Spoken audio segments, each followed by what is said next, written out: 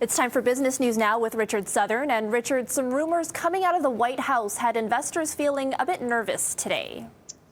Traders generally don't like tax hikes, Erica, and that's kind of what we heard might be coming out of the United States. Bloomberg News reported today that Joe Biden, the U.S. president, may be getting set to dramatically hike the capital gains tax in the United States. Of course, that's your tax on your investments. And boy, so when the traders heard that, they were selling. When the closing bell rang, we had the Dow down 321 points. The TSX, as you can see there, down 111.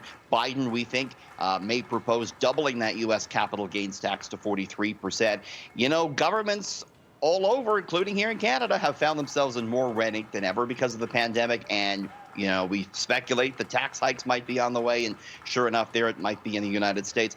Erica, Tesla and Amazon were among the big laggers today. Air Canada actually closed higher, up 4.4% before an announcement by the federal government about a travel ban from India. Air Canada only operates one of or a few flights a week from Delhi to Toronto, so it shouldn't materially impact Air Canada to any great degree, I don't think. All right, and we're all using plastic to pay for things these days, and that has the feds looking at some possible changes to credit card fees. The credit card companies make their money by charging a percentage, by taking a percentage of every transaction. And those fees, they're difficult for retailers because people, as you say, are using and swiping that card more than ever now. So the federal government looking to get a handle on this. In this week's budget, there was a promise by the government to launch consultations to try and lower those average credit card fees that businesses get charged. And the feds actually said we could introduce legislation to force this if we have to. Back in 2018, there was a voluntary deal with the credit card companies where they would keep fees around 1.4%. But I mean, we spend pretty much everything with our cards now, and the retailers have already been hurting. So this would be a good way to sort of stimulate the retail sector, Erica, by lowering these fees. It's certainly something worth watching.